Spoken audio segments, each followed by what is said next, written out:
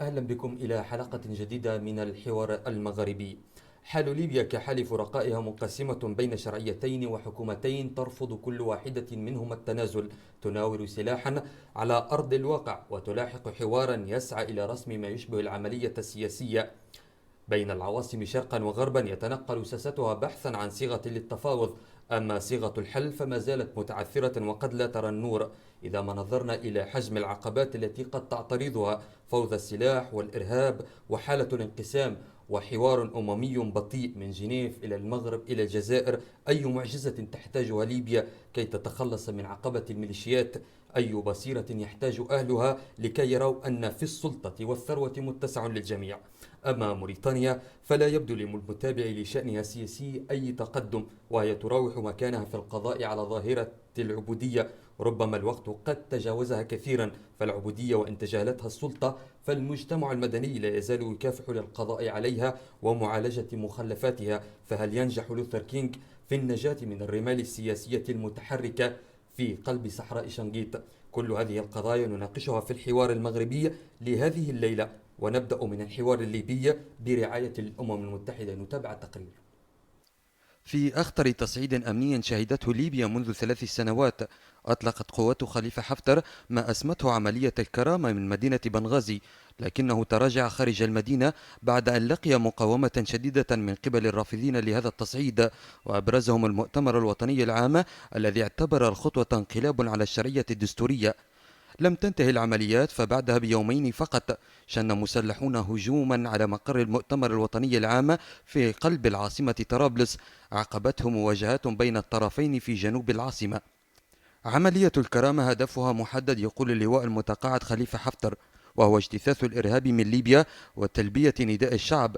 من ثم تشكلت نواة ما يسمى بالجيش الوطني الليبي، وضم 3 ألوية، وهي لواء القعقاع ولواء السواعق وبعض الوحدات العسكرية في طبرق. فيما تلتف حول الجيش النظامي المدعوم من قبل المؤتمر الوطني العام قوات درع ليبيا وغرفة عمليات ثوار ليبيا وألوية مصراتة، لتنطلق بذلك المواجهات بين مسلحي الطرفين، بالإضافة إلى عدد من المجموعات الإرهابية الرافضة للعملية الديمقراطية برمتها، ومنها تنظيم أنصار الشريعة وتنظيم الدولة الإسلامية بليبيا. في 15 من يناير 2015 انطلاق الحوار الليبي برعاية المبعوث الأممي برناردينو ليون في جنيف السويسرية، حيث سارعت حكومة طبرق ومجلس النواب الداعم لها وعدد من الشخصيات السياسية لتلبية الدعوة، فيما رفضت قوات فجر ليبيا المدعومة من المؤتمر الوطني العام المشاركة في الحوار، بل ورفضت نتائجه أيضا. في 26 من يناير انطلقت الجولة الثانية من الحوار جنيف 2، وخرجت هذه الجولة بجملة من المفاهمات العامة، حيث نصت على تشكيل حكومة وحدة وطنية توافقية ووقف شامل لإطلاق النار ونبذ الإرهاب والتطرف، إضافة إلى أهم نقطة وهي موافقة كل الأطراف على نقل الحوار إلى ليبيا. في 11 من فبراير انطلقت جولة الحوار من مدينة غدامس الليبية، ودامت ساعات فقط لتنتهي بلا شيء، حيث بدت المسألة أكثر تعقيدا. في 5 من مارس نقل الحوار مرة أخرى إلى المغرب ليلتقي طرف الحوار وجها لوجه لأول مرة، قبل أن يعلق مجلس النواب مشاركته مطالبا بتأجيل الجلسة إلى حين تقديم خارطة طريق لإنهاء الانقسام.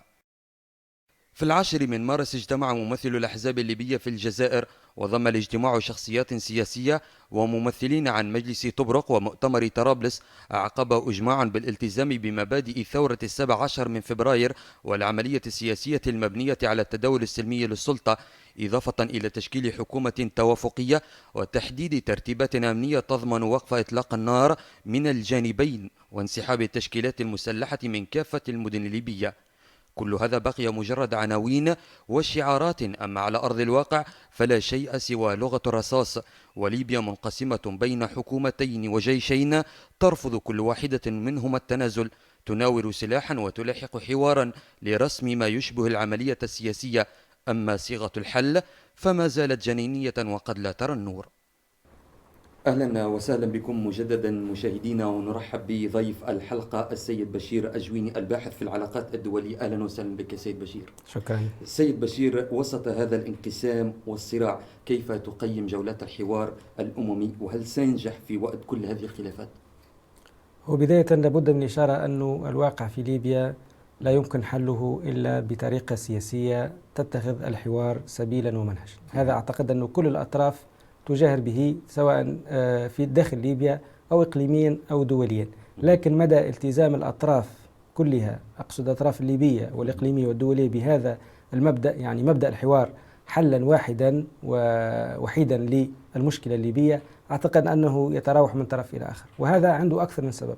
ممكن من الأسباب التي تجعل عدد كبير أو جزء كبير أو قسم كبير من الساحة السياسية الليبية لا تؤمن أصلا بمبدأ الحوار، هو أن هذه الساحة السياسية هي غضة وطرية وليست عندها يعني تجربة سنوات في العمل السياسي المدني المنظم. نحن لا ننسى أن ليبيا خرجت من 40 سنة 4 عقود من التصحر الثقافي والفكري والسياسي، مما يجعل حل المشاكل أو حل الخلافات بين الفرقاء سياسيا أمر يأخذ كثير من الوقت. هذا جانب أول. جانب ثاني، لابد أن تذكر جميعا أن الثورة الليبية كانت ثورة مسلحة وأنتجت يعني ضحايا، أنتجت ضحايا وأنتجت ما يعبر عنه بجروح لن تندمل بشكل يعني سريع في هذه الفترة القصيرة. نتحدث مثلا عما جرى بين تورغة ومصراتة، نتحدث لأنه النظام السابق في ليبيا، نظام القذافي، مزج بين الإيديولوجيا والقبيلة والمنطقة والجهة. الحوار يذهب في هذا المسعى من أجل أن رأب الصدع بين جميع الفرقاء السياسيين، لكن في المقابل نجد حوار يسير نحو حل سياسي يبدو للمتابع أنه ليس له علاقة بما يجري في ليبيا إلى الآن. فلنكون متفقين أن كل طرف من الأطراف السياسية في ليبيا يحاور وعنده أوراق أخرى خارج قبة الحوار، خارج الصخيرات، خارج جنيف، خارج الجزائر، خارج قبة البرلمان وخارج برلمان طبرق. هذه حقيقة معروفة. يعني كل من يقوم بعملية سياسية في ليبيا عنده رديفه يعني المسلح، الذي عن طريقه يعني يحقق ما لا يستطيع تحقيقه عبر الآلية السياسية. وهذا يعني مشكل ومعوق من المعوقات العضوية للعملية السياسية الليبية، لأنه في ظل فوضى سلاح، في ظل وجود سلاح وكتائب تدين بالولاء لهذا الطرف أو للآخر، لا معنى كبير لعملية سياسية والاتفاقات تبرم هنا أو هناك. من هذا المنطلق كيف يمكن تنزيل مخرجات الحوار الأممي إلى أرض الواقع؟ أنا أعتقد أن المنتظم الأممي والمبعوث الأممي السيد برناردينو ليون وكل الأطراف يعني الإقليمية الراعية الحوار قد تلقفت وبدأت في فهم الرسالة. أنا أقول إن شاء الله تكونش فهم الرسالة يعني متأخر. الرسالة مفادها أنه لا حل سياسي لما يحدث في ليبيا باستثناء أو بإقصاء كل الفعاليات أو كل القوى المسلحة في ليبيا، طبعا باستثناء القوى التي لا تؤمن بالدولة ولا تؤمن بالعملية الديمقراطية، هذه مستثنات من الحوار. فيما عدا ذلك أعتقد أنه برناردينو ليون وكل القوى عبرت في أكثر من تصريح وفي أكثر مناسبة أن كل الأطراف الليبية التي شاركت في الثورة والتي تحمل الآن السلاح دفاعا عن ليبيا، وطبعا أعيد وأكرر أن الأطراف التي لا تعترف بشرعية الدولة وبشرعية الدولة المدنية ملغاة وغير مدعوة لهذا الحوار. مشاركة هذه الأطراف هي ضمانة من ضمانات نجاحه. يعني القيادي السياسي الذي يذهب ليفاوض وعنده يعني البطاقة التي تجيز له المفاوضة أو الحوار باسم عدد من الكتائب هو أفضل، وهو في وضعية متقدمة عن السياسي الذي يتكلم فقط باسم حزبه أو باسم جهته أو باسم منطقته. هو سيد بشير، عذرا عن المقاطعة، لكن على أرض الواقع هو كل تيار سياسي يمتلك جناح عسكري، هذا هو الموجود في ليبيا. نعم. كيف يمكن تحييد السلاح والتعويل على العمل السياسي فقط؟ هو يجب الاستفادة طبعا من التجارب السابقة في الثورات المسلحة التي شهدت يعني استعمال السلاح بكثرة. أعتقد أنه فما أشياء تقنية يمكن عن طريقها الحد يعني من انتشار السلاح، والحصار الأممي وعدم توريد السلاح هو أحد آلياتها وأحد مظاهرها. هذه نقطة أولى. النقطة الثانية أيضا هو دمج أكثر ما يمكن ممن هم مؤهلون في أجهزة الدولة الرسمية، في الشرطة، في الجيش، فيما يعبر عنه ممكن في فترة لاحقة بالحرس الذي يحرس الحدود الليبية. كل هؤلاء يعني ممن ينطبق عليهم الإجراءات الشكلية والمدنية للانتساب إلى قوات الجيش والقوات الرسمية مدعوين إلى الالتحاق بذلك. وفي ذلك خطط ليبيا خطوات قد تكون محتشمة، لكن أعتقد أنها في الطريق الصحيح.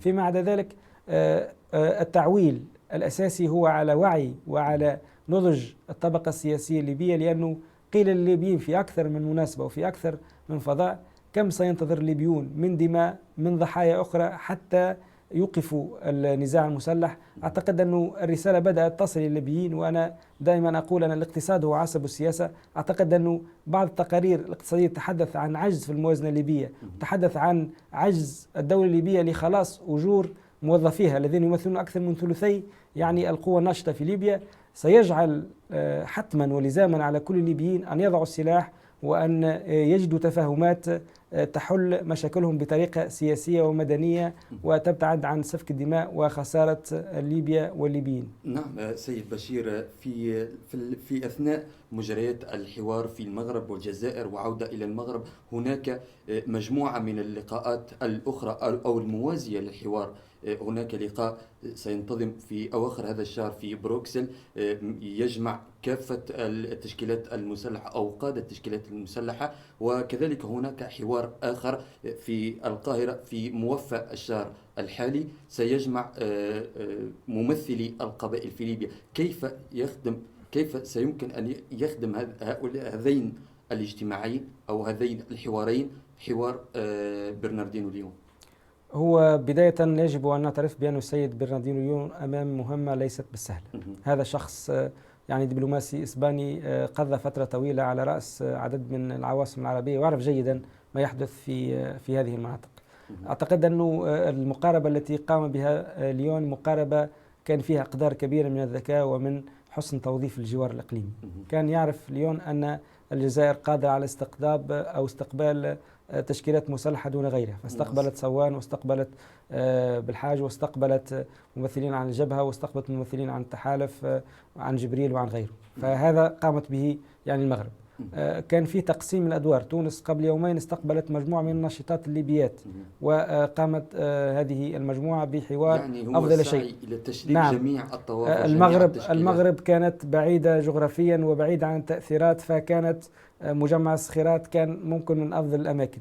قبل ذلك الاعتماد على جنيف يعني الفقل المعنوي للمنتظمة الأممي. أعتقد أنه هناك ما يعبر عنه بخلطة ممكن لنجاح الحوار في ليبيا. أعتقد أنه كل الأطراف توفر ما لديها لنجاحها، لكن تبقى دائما نجاح هذه المبادرة رهين بوعي ونضج الطبقة السياسية الليبية الذي نرجو أن يكون في مستوى اللحظة والتطلعات. شكرا سيد بشير. هكذا إذا نصل إلى خاتمة الفقرة المخصصة للشأن الليبي، وتابعنا فيها مراحل الحوار الأممي الذي يعقد جلساته في أكثر من عاصمة عربية وغير عربية من أجل بلورة حل سياسي ينهي حالة الانقسام والاقتتال. ونشكر ضيفنا السيد بشير الجويني المحلل السياسي والباحث في العلاقات الدبلوماسية. نواصل إذا النقاش حول ملف العبودية في موريتانيا الذي ما زال يثير جدلا واسعا لدى منظمات المجتمع المدني. نتابع التقرير ونعود إلى النقاش. مجموعة من الرقيق السابقين صحبة عضو في منظمة ناشطة في مجال مكافحة العبودية في موريتانيا. بات هؤلاء يقطنون في منزل رئيس المنظمة، حيث يتم الاعتناء بهم وتعليمهم حسب مستضيفيهم منذ أن تمكنوا من انتزاعهم بالقانون من الأسر التي يقولون إنها كانت تمارس العبودية عليهم. حوالي 500 ألف مواطن موريتاني يعانون الاسترقاق. نحن كشفنا 50 حالة موثقة عندنا منذ 2010 وحتى اليوم. سعيد وأخوه من هذه الحالات. كان يعمل راعيا ويقول إنه ليست لديهما أوراق تثبت هويتهما أو عمريهما أو نسبهما، وأنهما سلبا حريتهما. توعيني من تقول لي قوم قيس ما صاجب لنا نقول وزال حام. هم لا يتوضأوا ويصلوا وأنا يصلي تظهر الشمس ويصطبحون. حرصي عندي كان يخلق لي، حرصي عندي إني أشوف ولدهم ذاك ويقرأ اللوحة، والله يمشي طالع شغل اللوحة أنا أقرأ اللوحة. على صعيد معاكس تقوم منظمات أخرى بحملات للتعريف بجهود الدولة للقضاء على ما تسميه مخلفات هذه الظاهرة، وتعدد منها تجريم العبودية في الدستور وإنشاء وكالة لمحاربة آثار الرق. من خلال عملنا الميداني تأكدنا على أنه هون وفي الداخل العبودية ما خالقة نهائيا، خالقة شنو مخلفاتهم طالبين بالإقضاء عليها نهائيا. إياك ما تخلق متاجرة بلدي. القضاء على مخلفات العبودية يمر بتحسين الظروف المعيشية للمتضررين وتدريسهم وتعليمهم مهارات تمكنهم من الاعتماد على أنفسهم ومحاربة الفقر في أوساطهم. تأبى العبودية في موريتانيا، والحالة هذه أن تصبح جزءا من الماضي، فكلما تراجع الحديث عنها ظهرت مؤشرات تفيد باستمرارها بشكل أو بآخر. زينب متلبي، الجزيرة، ماكشوط. كان هذا تقريرا حول العبودية في موريتانيا، وللحديث عن هذا الموضوع يلتحق بنا الباحث في علم الاجتماع الموريتاني سيدنا أحمد نوح سيداتي. أهلا وسهلا بك. أهلا وسهلا بك. مرحبا. سيد سيداتي، السلطة في موريتانيا اليوم تصادق على قانون جديد منذ أيام قليلة عوضا عن قانون 27 برأيك هذه القوانين هل هي كافية للحد من ظاهرة العبودية في موريتانيا؟ شكرا. فيما يخص ظاهرة ما يسمى بالعبودية في موريتانيا، هي ظاهرة متشابكة ومعقدة لأنها يتداخل فيها الاجتماعي والسياسي والتاريخي والقانوني والحقوقي. القانون الأخير الذي هو مقترح من رئاسة الوزراء على البرلمان ما زال لم يوافق عليه بعد، ولكن متوقع تتم عليه الموافقة في أول جلسة قادمة للبرلمان، وهو تعويض عن البرلمان السابق القانون السابق الذي سن 2007. فهو أكثر وضوح في بعض المواد وأكثر صرامة في العقوبات، وأيضا يعطي إطار اجتماعي سياسي للقضاء على هذه الظاهرة. وأنا أعتقد أن القوانين فقط لا تستطيع أن تقضي على هذه الظاهرة. هذه القوانين تستطيع أن تكون حماية قانونية وحقوقية، لكن الحل يكون فيما يسمى بالتمييز الإيجابي. التمييز الإيجابي أن ما يسمى بالأرقاء السابقون أو أبناء الأرقاء السابقون تقدم لهم رعاية خاصة، فهم تقريبا أكثر الطبقات الاجتماعية في موريتانيا فقرا، وأكثرهم أقل مستوى تعليم، وعليه لا بد أن يكون الحل أن يكون بتقديم تمييز إيجابي، بمعنى إيجاد مؤسسات تعليمية خاصة، إيجاد فرص اقتصادية، حل بعض المشاكل الاجتماعية، إحساء أن تتاح لهم فرصة لكي يحسوا بذواتهم داخل هذا المجتمع بشكل كافي. وأظن أن السلطات الموريتانية تحاول بطريقة أو بأخرى تحقيق شيء من هذا القبيل، خاصة أنشأت مؤسسة كبيرة متخصصة في هذا الموضوع هي مكافحة آثار الرق، لأن الحكومة الموريتانية لا تعترف بأنه ما زال في موريتانيا رق، وإنما تقول له آثار. هي الحكومة تحاول أن تسوق لمفهوم مخلفات الرق، لكن نلاحظ أيضا أن منظمات المجتمع المدني تصر على وجود أو تواصل الظاهرة وتسميها باسمها العبودية. تماما. في موريتانيا يوجد 3 وجهات نظر كبيرة. وجهة النظر التي تمثل الحكومة وتقول أن الظاهرة لم تعد موجودة، وإنما بقيت لها آثار تمثلت في الفقر والجهل، وينبغي علينا أن نعالجها بشيء. في مؤسسات المجتمع المدني توجد مؤسسة معروفة ينقال لها مؤسسة نجدة العبيد، وهي مؤسسة معترف بها ومرخصة في موريتانيا. لا، نجدة العبيد يرى مؤسسة أخرى لأنها غير مرخصة.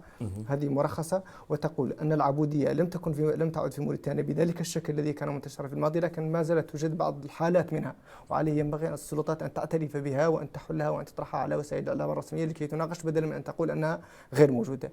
ثم طرح آخر تمثله حركة إراء، وهي حركة غير مرخصة في موريتانيا حتى هذه اللحظة، مع أن زعيمها كان مترشح للرئاسة وقبل ترشح للرئاسة. فهي تقول أن العبودية ما زالت كما كانت وما زالت بنفس الطريقة، وهي تطرح نوع من الحل الراديكالي الذي لا يلقى رواجا كبيرا في بعض الأوساط الاجتماعية الموريتانية.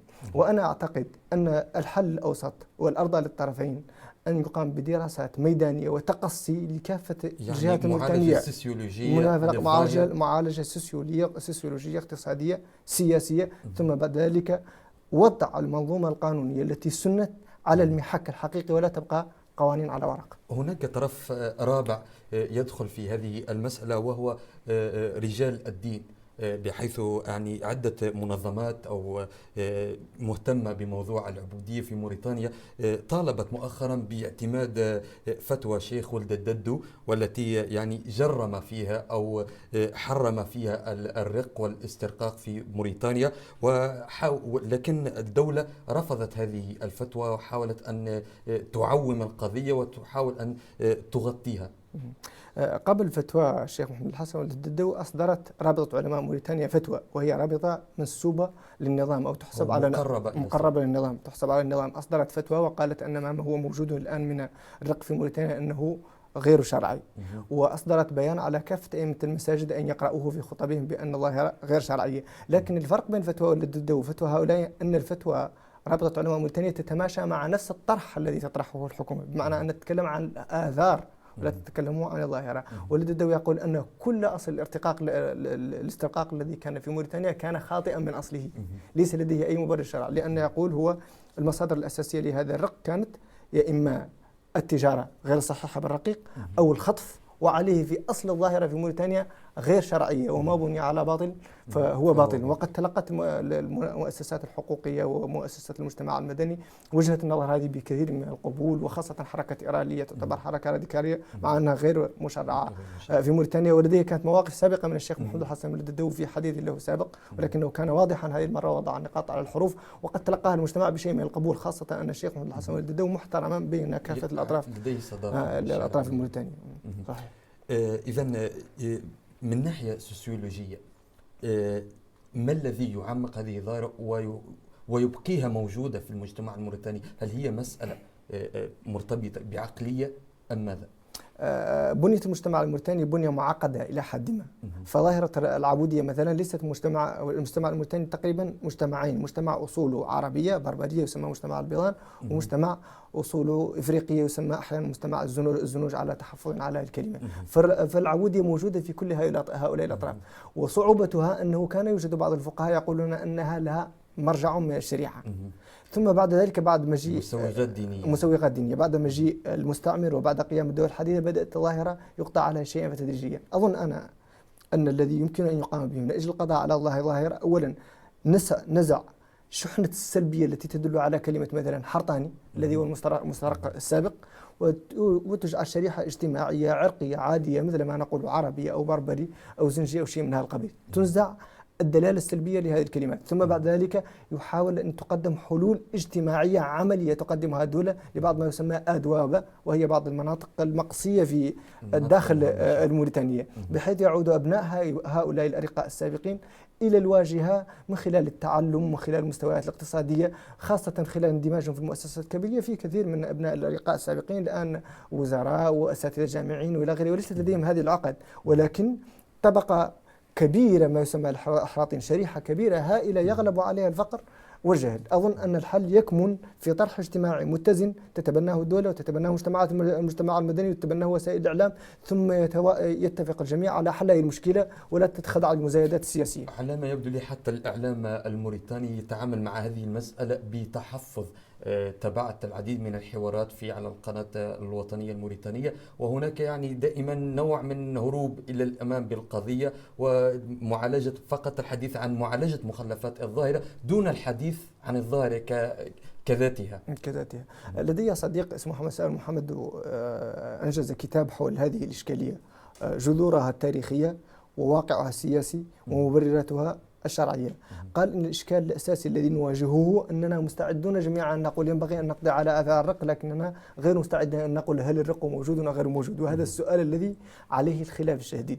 أنا أظن أن الحل الوحيد أن تقوم الدولة الموريتانية بكل بساطة بمساعدة باحثين اجتماعيين بدراسات ميدانية لتقوم بدراسات في المناطق، تحليل وشرح الظاهرة، بالدراسات في المناطق التي يقال أن فيها بعض بقايا الرق، ثم تقدم هذه الأشياء إلى المجتمع وتناقش وتطرح كمسألة عادية وطبيعية ويقضى عليها، ثم ما تبقى منها بعد ذلك يعاقب أصحابه بالقانون. أشكرك سيدنا أحمد نوح سيداتي على قبول الدعوة، كما أشكركم متابعينا على حسن المتابعة. وإلى هنا نصل إلى نهاية الحوار المغاربي لهذه الليلة، وقد تطرقنا فيه إلى الحوار الليبي برعاية الأمم المتحدة وكذلك إلى قضية العبودية في موريتانيا. أشكركم جميعا وإلى اللقاء.